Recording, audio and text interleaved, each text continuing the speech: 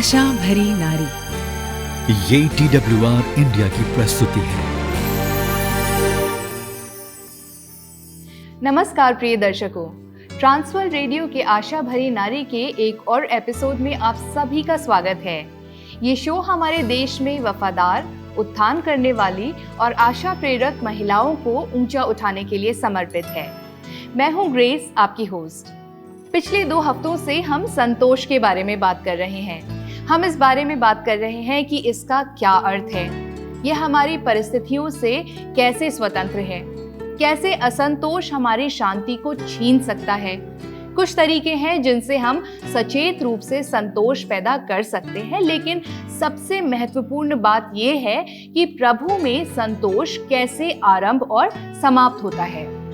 परमेश्वर के अलावा हमें संतोष प्राप्त नहीं हो सकता है। संतोष तभी हमारा हो सकता है बहनों, जब हम पूरी तरह से आत्मा द्वारा सक्षम हो।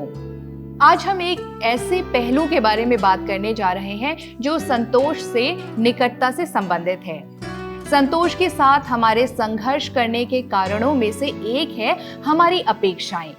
हमें दुनिया में सिखाया जा रहा है कि हमें अपनी इच्छाओं के पीछे और अनुमानता जिसके हम योग्य हैं उसके पीछे भागने की जरूरत है। हमें बताया गया है कि हम अधिक और बेहतर जीवन के हकदार हैं और हमें इसकी मांग करनी चाहिए और इसे प्राप्त करना है। ये पात्रता मानसिकता है दोस्तों, जो आज इतनी प्रचलित और उग्र है, लेकिन यहाँ सच्चाई है। बाइबल कहती है कि हम सबने पाप किया है और परमेश्वर की महिमा से रहित हैं, और मजदूरी जो हमें हमारे पापों के लिए भुगतान करनी चाहिए वो है मृत्यु। क्योंकि जैसा कि बाइबल रोमियो 5:8 में कहती है, जब हम पापी ही थे तभी मसीह हमारे लिए मरा। यद्यपि हमारे अपराध कहीं अधिक बुरे थे और अधिक दंड के योग्य थे, बदले में परमेश्वर ने जो किया वो हमारे प्रति अपने प्रेम को प्रदर्शित करना था। अपने पुत्र को हमारी जगह लेने और हमारे पाप के लिए मरने के लिए देने के द्वारा हम जिसके हकदार थे वो है अनंत मृत्यु। यह हमारे पाप का उचित परिणाम होता, परंतु परमेश्वर ने अपनी महान दया में हमें बख्शा और अपने साथ हमारा मेल मिलाप करने के लिए एक रास्ता बना दिया। लेकिन हमें जो शानदार अनुग्रह दिया गया है उसके आभारी होने के बजाय हमने खुद को इस दुनिया की प्रवृत्तियों और विचारों से प्रभावित होने दिया है और अनुग्रह के उपहार की अनदेखी की गई है। क्योंकि हम बहुत हकदार महसूस करते हैं, हमने इन सबसे अनुग्रहकारी और कीमती उपहार को, इस विशेषाधिकार को जो हमें दिया गया है, हल्की बात मान लिया है। और ऐसा तब होता है जब हम सतर्क और सावधान नहीं होते हैं। ये उपहार जो हमें दिया गया है वो कुछ ऐसा बन गया है जिसकी हमने अपेक्षा की थी, और इसलिए आभारी होने के बजाय हमें ऐसा लगता है जैसे कि परमेश्वर हमारा कर्जदार है। और यही हम इन अगले 2 सप्ताहों में बातचीत करने जा रहे हैं, अर्थात कृतज्ञता। हम इस बारे में बात करने जा रहे हैं दोस्तों कि कृतज्ञता का दृष्टिकोण विकसित करने के द्वारा असंतोष का मुकाबला करने का तरीका कैसा है। उदासीन होने या खुद को योग्य मानने या असंतुष्ट होने या चीजों को हल्के में लेने के बजाय हम उन सभी का जवाब कृतज्ञता के साथ देने जा रहे हैं जो प्रभु ने हमें दिए हैं। बहनों, ऐसा करने के लिए हमें सबसे पहले प्रभु के इस छुटकारा देने वाले अनुग्रह को समझने की आवश्यकता है कि ये एक उपहार क्यों है। हमें अपने पाप को वैसे ही देखना चाहिए जैसे वो वास्तव में है। हमें इसकी भयावहता, गंदगी और कुरूपता और परमेश्वर को उसकी संपूर्ण पवित्रता में देखने की जरूरत है। तभी हम परमेश्वर के क्रोध की वैधता को पहचानेंगे और कैसे उसकी उचित प्रतिक्रिया हमारी मृत्यु होगी, और ये कि हम परमेश्वर के प्रेम और दया के लिए अयोग्य थे, परंतु फिर भी उसने हमें ये दिया। केवल जब हमारी आंखें वास्तव में इन सब के लिए खुल जाती हैं और हम इसे विनम्र और समर्पित हृदय से देखते हैं, तभी हम इस उपहार के वजन और मृत्यु की पूरी तरह से सराहना कर सकते हैं जो हमें दिया गया है। लेकिन क्या हम परमेश्वर की उपस्थिति में कुछ समय बिता सकते हैं और उससे इस वास्तविकता के लिए अपनी आंखें और दिल खोलने के लिए कह सकते हैं और उससे हमें वह विनम्रता देने के लिए कहें जिसकी हमें अपनी अयोग्यता को स्वीकार करने और परमेश्वर के उद्धार के उपहार की विशालता को देखने के लिए आवश्यकता है। परमेश्वर को ये बताना आवश्यक क्यों है कि हम कितने आभारी हैं। निश्चित रूप से वो पहले से ही जानता है कि हम उसकी सराहना करते हैं जो उसने हमें दिया है ना? आखिर वो सब कुछ जानने वाला है। कल्पना कीजिए कि आपने किसी मित्र को उपहार भेजा है। आप सावधानी से विचार करते हैं और चुनते हैं जो वो पसंद करती है और ये सुनिश्चित करने के प्रयास में है कि ये उसके जन्मदिन पर उसे दिल से हाथ से लिखे गए नोट के साथ मिले। आपको डिलीवरी सेवा से संदेश मिल जाता है कि उसे उपहार मिल गया है। वो फिर आपको फोन भी करती है और आपसे कई अन्य चीजों के बारे में बात करती है, लेकिन उपहार का उल्लेख नहीं करती है और फिर फोन काट देती है। यहाँ तक कि अगर आप दुनिया के सबसे निस्वार्थ व्यक्ति हैं, तो भी ये कम से कम थोड़ा आहत करने वाला तो होगा। उसने महसूस किया होगा, निश्चित रूप से आपको पता चलेगा कि वो आभारी है। क्या परमेश्वर के साथ भी ऐसा ही नहीं है? हम परमेश्वर को पुकारते हैं और अन्य सारी चीजों के बारे में प्रार्थना करते हैं, लेकिन हम उसकी भलाई के लिए उसे धन्यवाद नहीं देते। हम जो चाहते हैं उसके लिए प्रार्थना करने में हम बहुत समय लगाते हैं, लेकिन एक बार जब हम इसे प्राप्त कर लेते हैं तो जो हमें मिला है उसका आनंद लेने में हम इतने व्यस्त हो जाते हैं कि हम परमेश्वर को धन्यवाद देना भूल ही जाते हैं।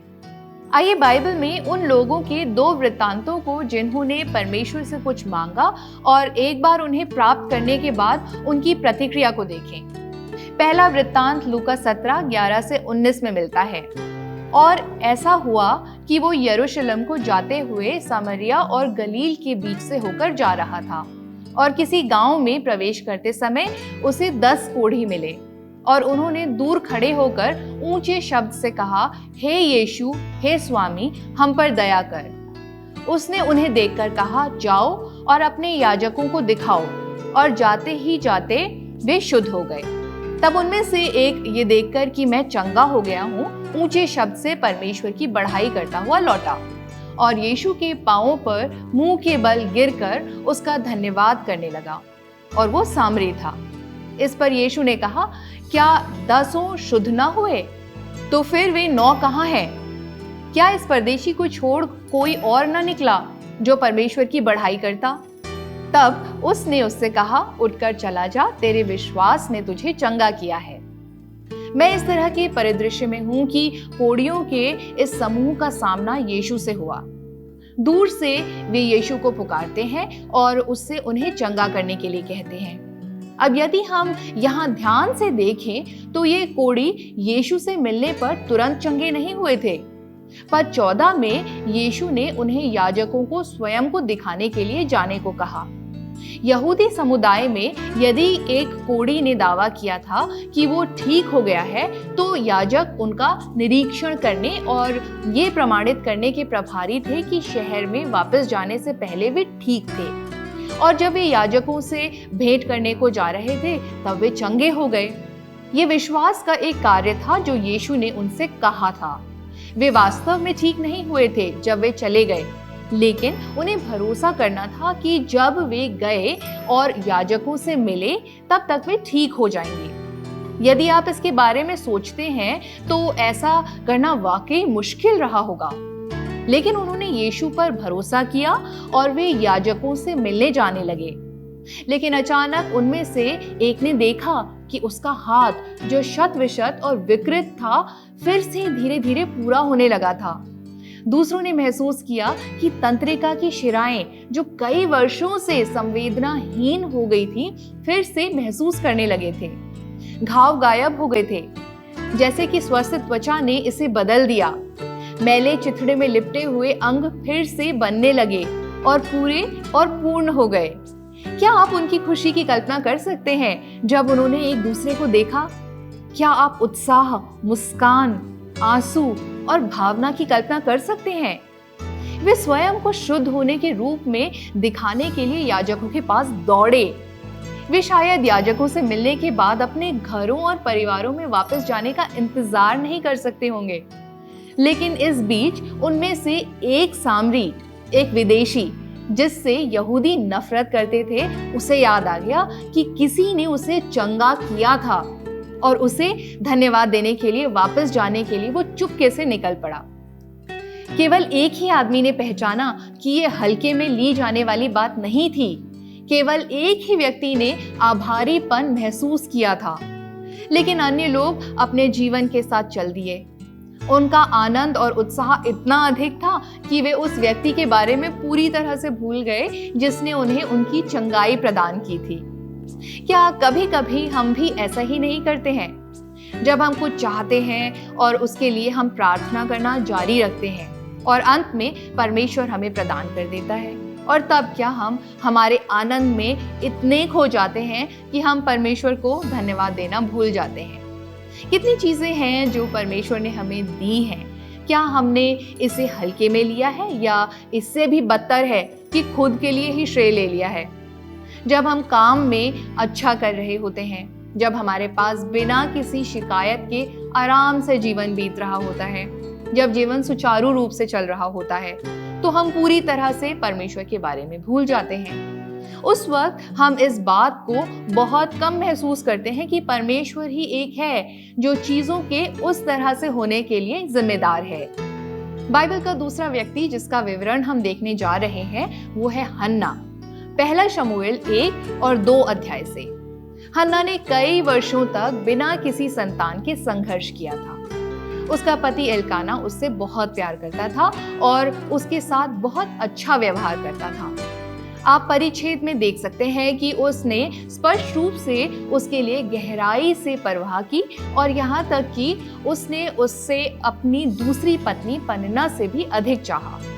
लेकिन पनिन्ना के बच्चे थे और वो हन्ना को चढ़ाने वाला और परेशान करने वाला मजाक करती रहती थी। क्या आप सोच सकते हैं कि हन्ना के लिए वो कैसा रहा होगा? बच्चे ना होने पर वो पहले से ही निराश और गहरी पीड़ा में रही होगी। लेकिन क्या इस बात के लिए कोई आपका लगातार मजाक उड़ाएगा? ये उसके लिए बहुत दर्दनाक रहा होगा। वर्ष दर वर्ष वे सब बलिदान चढ़ाने मंदिर जाते थे, जैसा कि उस समय में सभी इजरायली व्यवस्था के अनुसार करते थे। और हन्ना मंदिर में प्रार्थना करती थी और एक बच्चे के लिए परमेश्वर से याचना करती थी, लेकिन उसकी इच्छाएं कई वर्षों तक पूरी नहीं हुई। अपनी गहरी पीड़ा और कड़वाहट में मंदिर की इन यात्राओं में से एक के दौरान उसने परमेश्वर से ये प्रतिज्ञा की, सर्वशक्तिमान परमेश्वर, यदि तू अपनी दासी के दुख पर सचमुच दृष्टि करे और मेरी सुधि ले और अपनी दासी को भूल न जाए और अपनी दासी को पुत्र दे, तो मैं उसे उसके जीवन भर के लिए यहोवा को अर्पण करूंगी और उसके सिर पर छुरा न फिर पाएगा। बहनों, मुझे लगता है कि ऐसी प्रतिज्ञा करने में बहुत विश्वास लगेगा। उसका अभी तक कोई बच्चा नहीं था। वो ये भी नहीं जानती थी कि वो ऐसा कभी कर भी पाएगी या नहीं, लेकिन फिर भी उसने आगे बढ़कर प्रभु से उस बच्चे को वापस देने का वायदा किया जिसे वो बेतहाशा पाना चाहती थी। उस यात्रा और उस प्रतिज्ञा के तुरंत बाद जिसे उसने परमेश्वर के साथ की थी, वो गर्भवती हुई और उसका एक बेटा हुआ। लेकिन यहाँ इस कहानी का सबसे महत्वपूर्ण हिस्सा ये है दोस्तों कि उसने अपने वायदे पर अमल किया। मैं कल्पना कर सकती हूँ कि हन्ना शमूएल को अपने लिए वापस रखने के लिए प्रलोभित हो रही होगी। आखिरकार वो उसे बेतहाशा चाहती थी। हो सकता है कि वो अपने वायदे से मुकर जाना चाहती हो। यहाँ तक कि उसने सोचा होगा कि हो सकता है कि परमेश्वर समझेगा कि वो कैसा महसूस कर रही थी। लेकिन हन्ना का दिल वहीं था जहाँ उसे होना चाहिए था। उसने महसूस किया कि उसे उपहार किससे मिला था और वो अपने वायदे के प्रति वफादार रहना चाहती थी, ठीक वैसे ही जैसे परमेश्वर उसके प्रति वफादार रहा था।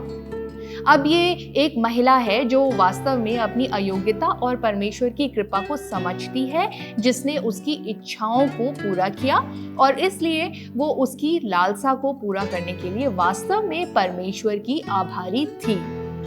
कृतज्ञता होने वाले कामों की सूची को जांच कर परमेश्वर को धन्यवाद देने के बारे में नहीं है दोस्तों। ये एक रवैया है जिसे हमें उत्पन्न करना है। अक्सर जब हम कृतज्ञता और आभारी होने की बात करते हैं तो हमें ऐसा लगातार करने के लिए कहा जाता है।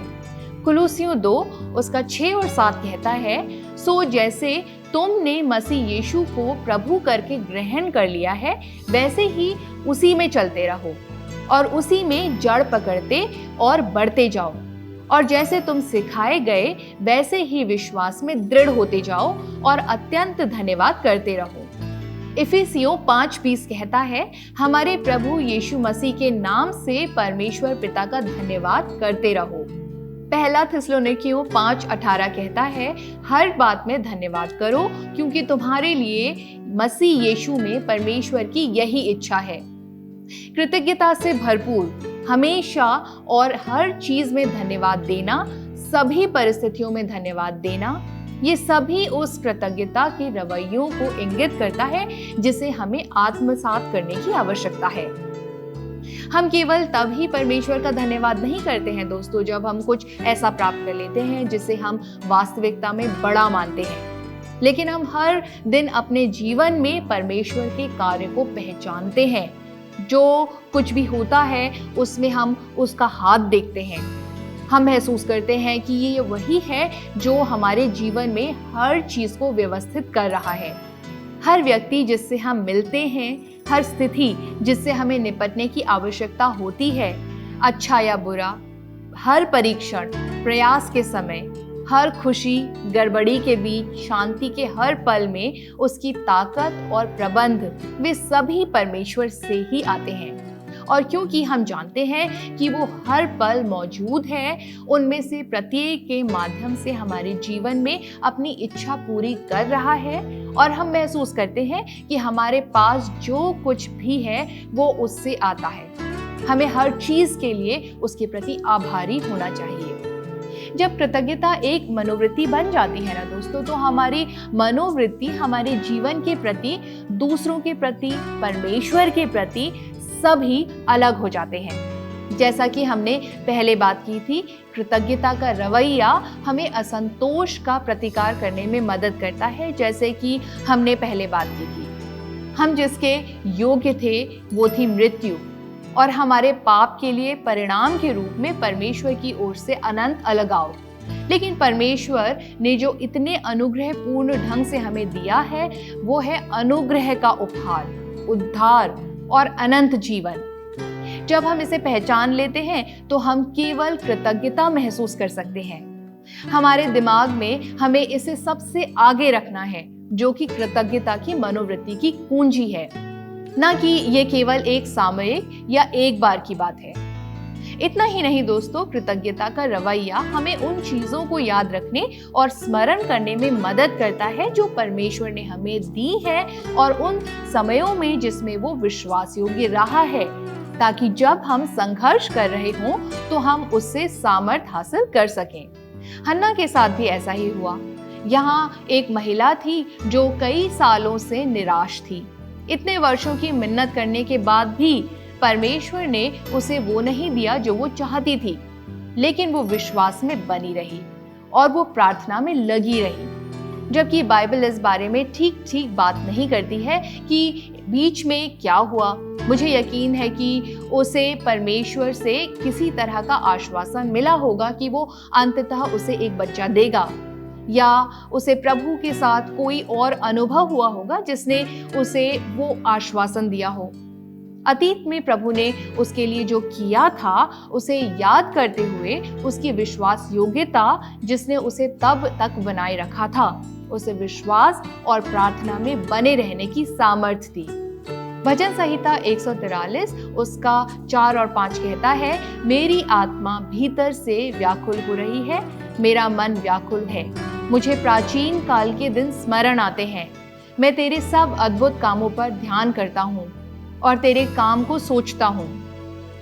उन चीजों को याद रखना जो परमेश्वर ने हमारे लिए की हैं, वो हमारी उन दिनों में मदद करता है जब हम निराश होते हैं और हमारे ईंधन कम चल रहे होते हैं।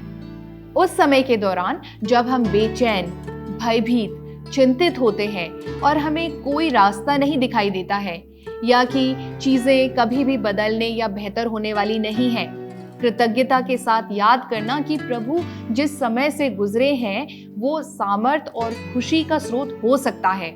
ये परमेश्वर की भलाई के उन समयों को याद करना है जो हमें उसके प्रावधान और उसकी इच्छा पर भरोसा करना जारी रखने में मदद कर सकता है। आभार हमारे ध्यान को उन चीजों से जो हमारी आशा को खाली करता है और हमारी निराशा को हवा देता है, दूर करता है और उन चीजों की ओर मोड़ देता है जो हमें आशा और साहस के साथ भरेंगी। क्या आपने सोचा है कि परमेश्वर क्यों चाहता है कि हम हर समय उसकी स्तुति और धन्यवाद करें? परमेश्वर की इच्छा है दोस्तों कि हम उसकी प्रशंसा करते रहें और उसका धन्यवाद देते हैं तो वो हमारे लाभ के लिए है, न कि उसके। परमेश्वर प्रसन्न होता है जब हम उसी कारण के लिए उसका धन्यवाद करते हैं जिसमें माता पिता प्रसन्न होते हैं जब उनके बच्चे उनको धन्यवाद देते हैं। इसलिए नहीं कि ये उनकी पुष्टि माता पिता के रूप में करता है, लेकिन क्योंकि ये दर्शाता है कि उनके बच्चे परिपक्व हो रहे हैं। इसलिए कृतज्ञता हमारे आत्मिक स्वास्थ्य का एक पैमाना है। परमेश्वर के प्रति एक कृतज्ञता का रवैया ही हमारे आत्मिक स्वास्थ्य का सबसे विश्वसनीय सूचक है। किसी और चीज से अधिक ये हमें बताता है कि हम परमेश्वर और खुद के बारे में सही सही सोचते हैं या नहीं, और हम परमेश्वर से ठीक से संबंधित हैं या नहीं। कृतज्ञता उस व्यक्ति की सामान्य और स्वाभाविक प्रतिक्रिया है जिसे अनुग्रह प्राप्त हुआ है। बाइबल की दृष्टि से कृतज्ञ व्यक्ति वो है जो इन दोनों बातों की सराहना करता है कि वो परमेश्वर के सामने कितना अयोग्य है और परमेश्वर उसके प्रति कितना परोपकारी है।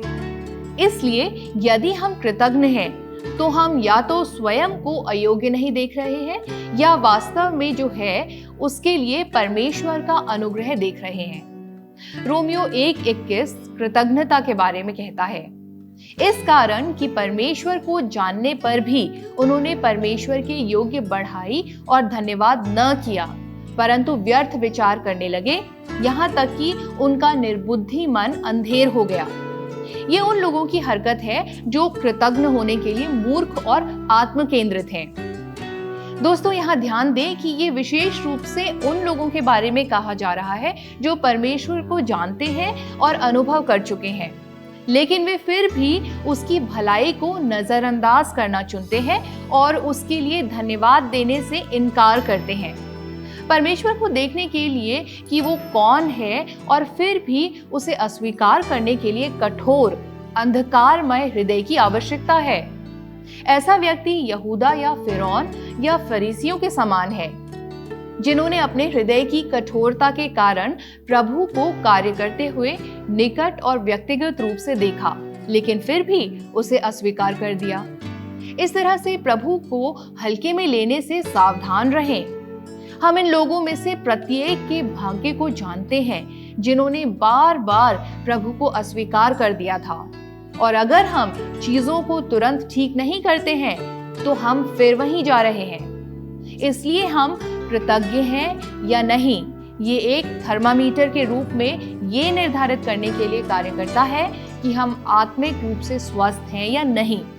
यदि आप स्वयं को कृतज्ञ पाते हैं तो आपको या तो अपने बारे में अपना दृष्टिकोण ठीक करना है कि क्या आप अपने पाप और प्रभु के लिए अपनी आवश्यकता को कम कर रहे हैं, या प्रभु की पवित्रता और उसके अनुग्रह के बारे में अपने दृष्टिकोण को कम कर रहे हैं। हम ऐसा करने के बारे में कैसे सोच सकते हैं?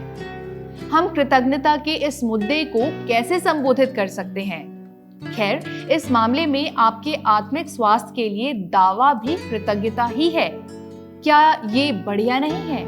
कृतज्ञता आपके आत्मिक स्वास्थ्य के साथ साथ दावा को मापने का तरीका भी है जब आप भी ठीक नहीं कर रहे हैं। यदि कृतज्ञता की कमी ये इंगित करती है कि हम आत्मिक रूप से अस्वस्थ हैं, तो हम कृतज्ञता का भाव विकसित करके अपने आत्मिक स्वास्थ्य में सुधार कर सकते हैं। ऐसा करने के लिए हमें उन दो भ्रांतियों को अस्वीकार करना होगा जो हमारे पास अक्सर होती हैं। पहली गलतफहमी है, मैं तब तक आभारी नहीं हो सकता जब तक मेरी परिस्थितियां अच्छी ना हो जाएं। हमने पिछले सप्ताह और साथ ही साथ आज भी इस बात पर बहुत विस्तार से विचार किया है। ठीक जैसे संतुष्टि हमारी परिस्थितियों पर निर्भर नहीं है, वैसे ही कृतज्ञता भी उन पर निर्भर नहीं है।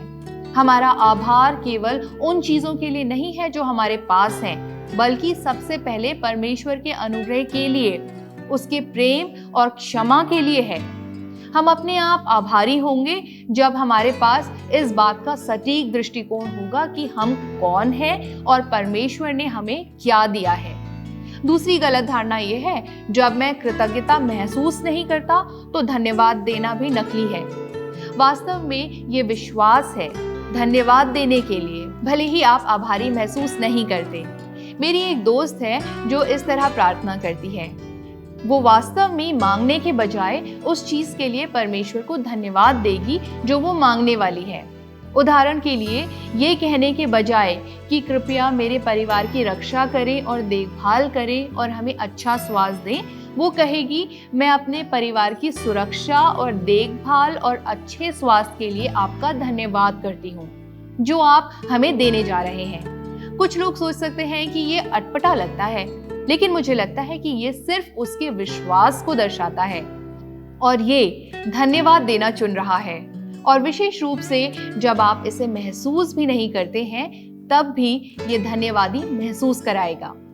यहाँ कुछ तरीके हैं जिनसे हम कृतज्ञता का अभ्यास कर सकते हैं। इन उदाहरणों पर विचार करें और उन पर कार्रवाई करें जिन पर परमेश्वर आपका ध्यान आकर्षित करता है। अपने प्रार्थना जीवन में धन्यवाद को प्राथमिकता दें, न कि इसे याचिकाओं और मांगों के कारण भर दें। कुलुस्सियों 4:2 कहता है, प्रार्थना में लगे रहो और धन्यवाद के साथ उसमें जागृत रहो। अपनी प्रार्थना के समय में होश पूर्वक ध्यान केंद्रित करें और धन्यवाद देने में समय व्यतीत करें। हम अक्सर अपने उद्धार के कई पहलुओं को हल्के में लेने की प्रवृत्ति रखते हैं। उनमें से प्रत्येक को बोलने के लिए समय निकालें, उन पर मनन करें और उनके लिए परमेश्वर को धन्यवाद दें, जैसे हमारे लिए परमेश्वर का प्यार, उसका अनुग्रह, उसकी क्षमा, उसका मौका जो हमें देता है, हमारा पुत्रत्व का अपनाना, परमेश्वर का प्रभुत्व, पवित्र आत्मा, पाप, मृत्यु और शैतान के अधिकार से स्वतंत्रता, अनंत काल का उपहार और आशा आदि। छोटे छोटे आशीषों के नोट लिखें। हमारे अस्तित्व, स्वभाव, स्वास्थ्य, परिवार, घरों, दैनिक प्रावधान आदि, और वास्तव में उनके लिए परमेश्वर को धन्यवाद व्यक्त करें, जैसे उन्हें हल्के में लेने का विरोध किया गया या बिना धन्यवाद व्यक्त किए उन्हें स्वीकार करना, या ये सोचते हैं कि परमेश्वर जानता है कि हम इसके लिए आभारी या कृतज्ञ हैं। आत्मिक गीतों का उपयोग करें, जैसा कि कुलुस्सियों 3:16 में कहा गया है कि वे अक्सर हमारी आंखों और दिलों को ताकत देते हैं जब और कुछ काम नहीं करता। परमेश्वर से कहें कि वो आपको असंतोष, नकारात्मकता और शिकायतों के प्रति संवेदनशील बनाए। जब वो ऐसा करता है तो तुरंत इन विचारों से दूर हो जाएं और उन्हें संबंधित क्षेत्रों में धन्यवाद के साथ बदलें। आप नियमित दिन प्रतिदिन, सप्ताह दर सप्ताह उन चीजों के बारे में रोज नामचा रखें जिनके लिए आप आभारी हैं। प्रभु आपको अपनी भलाई, प्रावधान और विश्वास योग्यता को पहचानने और याद रखने के लक्ष्य में अगुवाई करे और आपको अधिक आभारी होने में मदद करे।